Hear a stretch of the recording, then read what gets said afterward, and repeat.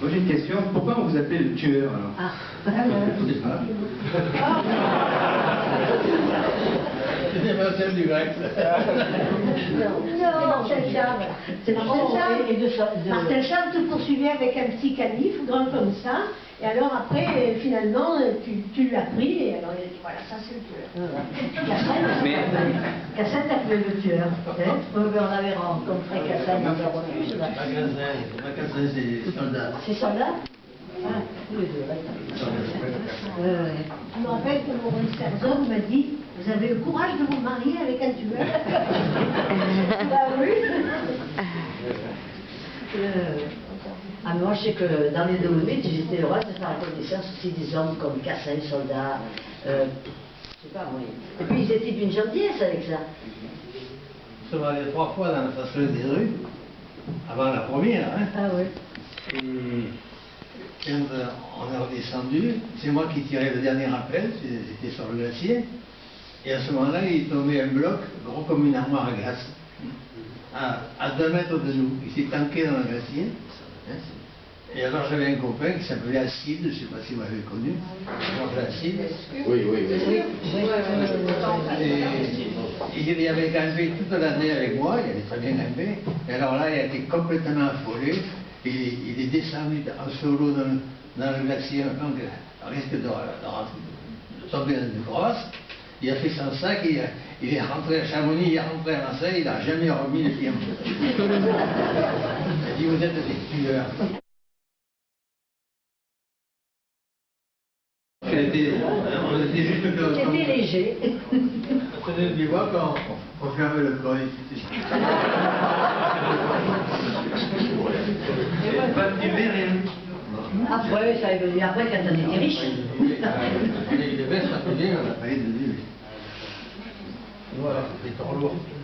Torlours et trop pas normand. Ah ouais. Et comment vous faisiez vraiment? Vous vous asseyez sur le rocher comme ça? Oh, mais avec le marteau, on aplatissait tout ça aussi. On a nettoyé la marmelade, on s'est bien nettoyé, et comme la paroi était simplement, on ne pouvait pas être face, donc on était face au vide. Je vous l'ai dit, ça a drôlement marqué la marmelade.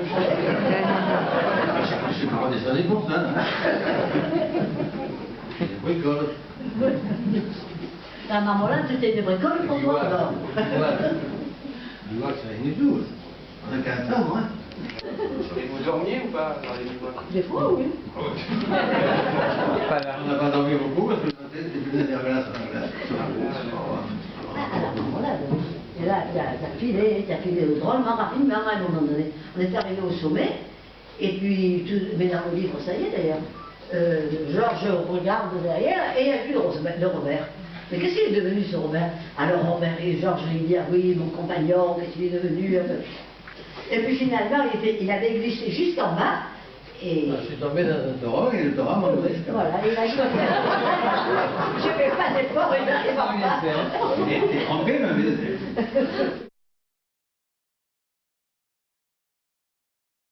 Ah, ces cordonniers-là, on en a eu, mais après les Dolomites. Ah oui, les Italiens ne voulaient pas les cordes en nylon. Parce qu'il y avait eu un accident où à un moment donné, une corde avait été coupée au coin de... Alors, mais ils ne voulaient pas, ils sont restés longtemps avant de... Les Autrichiens et les Allemands avaient, mais nous non.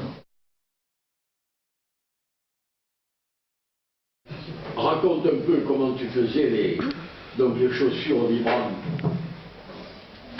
C'était avec des chambres à air, de voiture. On les découpait, on les collait sous les directions. Mais non, les chambres à air. Oui, les chambres à air. Et oui, les chambres à air, c'était très bien. Mais on n'en trouvait pas de souliers, il fallait les indiquer. Il fallait avoir indiqué pour avoir des souliers.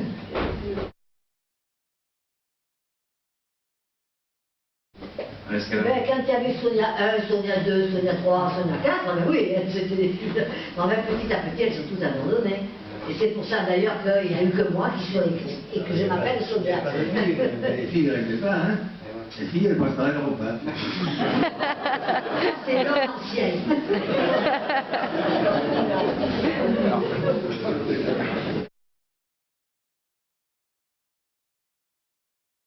n'entend pas ta réponse. Comment on entend? C'est une question de pose. Ça dépend. Ils vont demander est-ce qu'il y a des pitons j'apposais dans les voies. Oui. Dans les classiques, oui. Et que les genoux, il n'y avait pas. Il n'y avait rien. Et quand il y en avait rien, on l'enlevait. Non, mais ils avaient un terrain tellement, il y avait tellement de possibilités quand on allait grimper, tout ça, enfin, je parle pas pour moi, mais pour les autres, pas pour les hommes.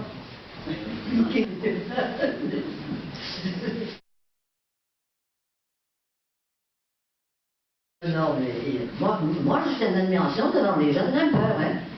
Je trouve qu'ils vraiment, ils font des choses difficiles et avec beaucoup d'audace, de toute façon. Oui, oui. Bravo. Bravo.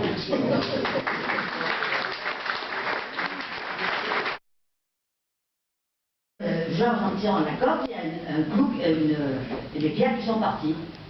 Et j'ai entendu Robert, la merde, il faisait comme ça, évidemment, c'était reçu. Alors on dit on redescend, on dit c'est quand même la vie de revoir. Non, on descend pas, c'est un petit vrai pierre. Alors on était. Il a fait toute la voie.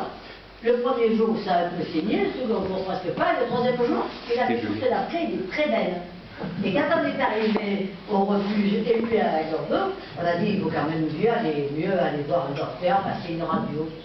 Et le docteur, quand il a vu, il a dit oh, c'est même pas la peine de passer la radio, votre cicatrice est formidable. Voilà. Mais il s'est jamais plaint, rien du tout. Il a peut-être eu mal à la tête, je sais pas, mais il ne l'a jamais eu.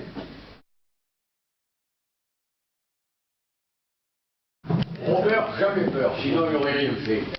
Moi, j'ai jamais eu peur parce que on sentait qu'il était tendancieux. D'ailleurs, comme je disais l'autre fois, l'une des premières fois que j'ai grimpé avec le Georges, quand il est arrivé au rocher, c'était au sortir de la combaine, il a changé de tête. Je l'avais jamais vu comme ça. J'avais l'impression que quand il arrivait là, pour lui, c'était son bonheur, quoi. C'est ce qu'il voulait.